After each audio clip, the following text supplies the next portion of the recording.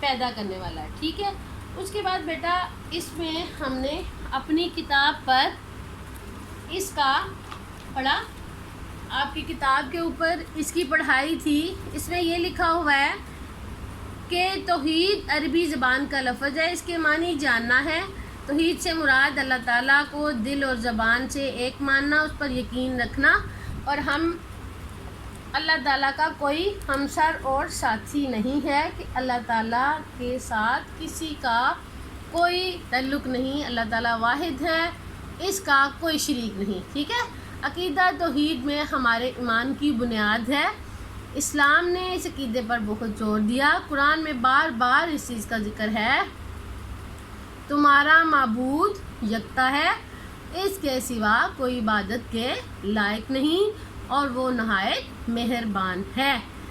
اسی طرح سورۃ اخلاص جو ہے قرآن مجید کی وہ سورت ہے جس میں عقیدہ توحید کی وضاحت کر دی گئی ہے کہ اللہ تعالیٰ ایک ہیں، اللہ تعالیٰ بے نیاز ہیں، نہ وہ کسی کے باپ ہیں، نہ وہ کسی کے بیٹے ہیں، اور نہ ہی ان کا کوئی ہمسر اور ساتھی ہے۔ تو ہمیں کیا پتہ چلا کہ ہمیں صرف اللہ تعالیٰ پر ہی بھروسہ کرنا ہے، اللہ تعالیٰ ہی کی صفات کو دیکھنا ہے، ان کے ساتھ کسی کو شریک نہیں ٹھہرانا، وہی ہمارے سب سے بڑے خالق اور مالک اور رازق ہیں۔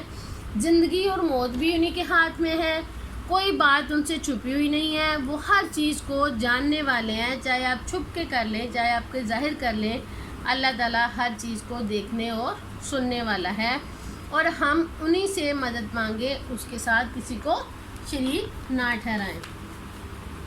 پھر رسالت ہے۔ رسالت کے معنی کیا ہے کہ اللہ تعالیٰ نے اپنے پیغام بنی نوع انسانوں یعنی دنیا میں پہنچانے کے لیے رسولوں کا انتخاب کیا۔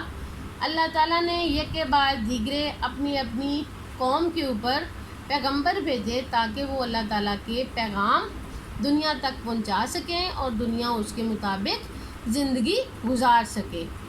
ہر دور میں ہر وقت میں بہت سارے نبی اور پیغمبر آئے، رسول آئے، اور انہوں نے یہ سلسلہ جو تھا انہوں نے دنیا میں اپنے اپنے پیغام پہنچائے۔ یہ سلسلہ حضرت آدم علیہ السلام سے شروع ہوا اور حضرت محمد صلی اللہ علیہ وسلم پر ختم ہو گیا۔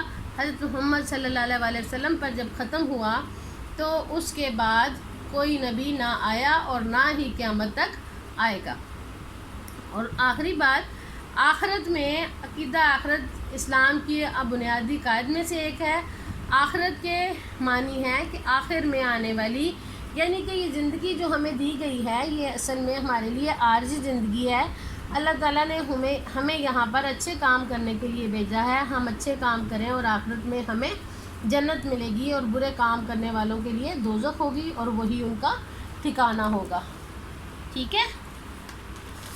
اب بیٹے اس میں ہم نے کیا کیا تھا، اس میں ہم نے خالی جگہ پر کی تھی صفحہ نمبر 18 پر توحید کے معنی کیا ہے، سورۃ اخلاص کے عقیدہ کیا ہے، اس کی وضاحت کی۔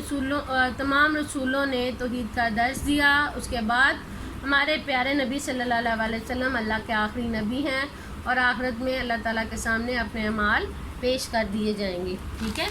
پھر آپ کے پاس سوالوں کے جواب تھے، آپ نے یہ لکھے، اور بیٹا اس میں نا ایک چیز آپ کی مس ہو گئی تھی جس کو آپ نے کرنا ہے، ٹھیک ہے، وہ ہم اس کی ورک شیٹ کریں گے، تو پھر آپ کو میں بتاؤں گی کہ اس کی جو چیزیں مس ہو جاتی ہیں وہ آپ نے کیسے کرنی ہے۔ آپ کو پتہ ہے کہ آپ کا پیپر جو آتا ہے اس میں ایک مروزی حصہ ہوتا ہے جس میں آپ کی خالی جگہ پور ہوتی ہے، ایک غلط درست ہوتے ہیں، ایک درست جواب کی نشاندہی ہوتی ہے، اور ایک ہوتا ہے آپ کے پاس کالم۔ آپ نے ان چیزوں کو کرنا ہوتا ہے، ٹھیک ہے۔ یہ آپ کے ہر سبق کا حصہ ہوتا ہے، ٹھیک ہے۔ آپ اس سبق کے سوال جوابوں کو یاد کیجیے گا۔ کل ہم انشاءاللہ تعالیٰ نیا سبق پڑھیں گے، اس میں ہم ورک شیٹ کریں گے، تو پھر ہم اس کی دہرائی کو آگے کنٹینیو کر لیں گے۔ اللہ حافظ، اپنا بہت خیال رکھیے گا۔